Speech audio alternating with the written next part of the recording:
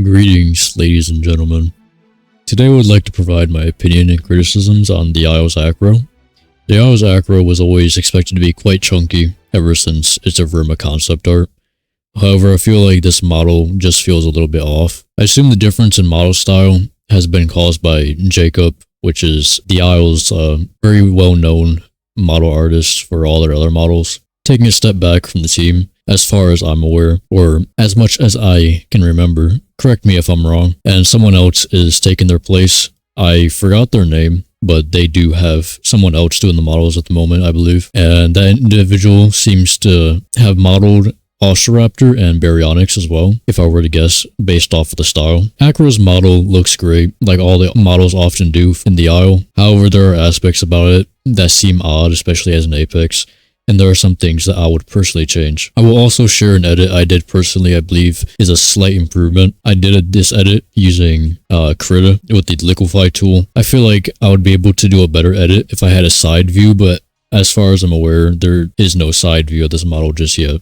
Some aspects I find lacking are the length. I feel like the neck could maybe be a bit longer. If not that, the tail for sure, but again, it could be the perspective and the variety and detail.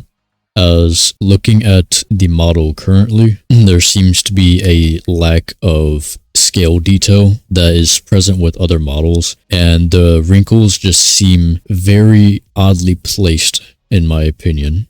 Mainly around the legs. I feel like the legs, they look very kind of worn down and not very flesh-like. They have almost a wood texture to them, rather than the usual texture on these models that really give the legs a better looking anatomy. And I understand this model is very stylized, however, it just seems like it is a little bit too chunky, mainly around the neck region. I feel like they could have definitely improved the chunkiness around the torso. However, I think it's a little bit overdone around the neck. It makes it look very stubby. And who knows, maybe you like your stubby Acrocanthosaurus. However, me personally, I'm not too much of a fan. And the feet they're massive. And it's not necessarily a bad thing. I would probably thicken up the tail a little bit as well.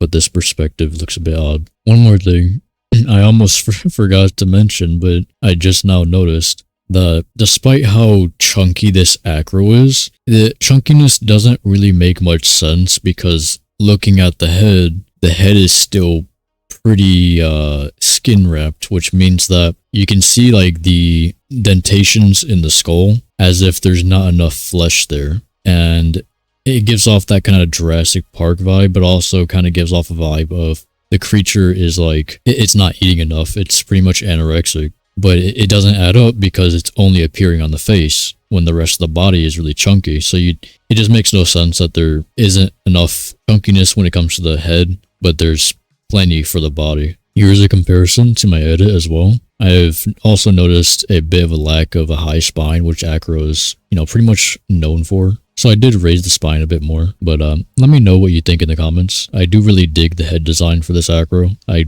am not saying their model is bad. I just don't exactly like it overall, because I do see some issues, but these issues could just be the perspective. But let me know what you think in the comments. Have a great day, and I'll catch you all later.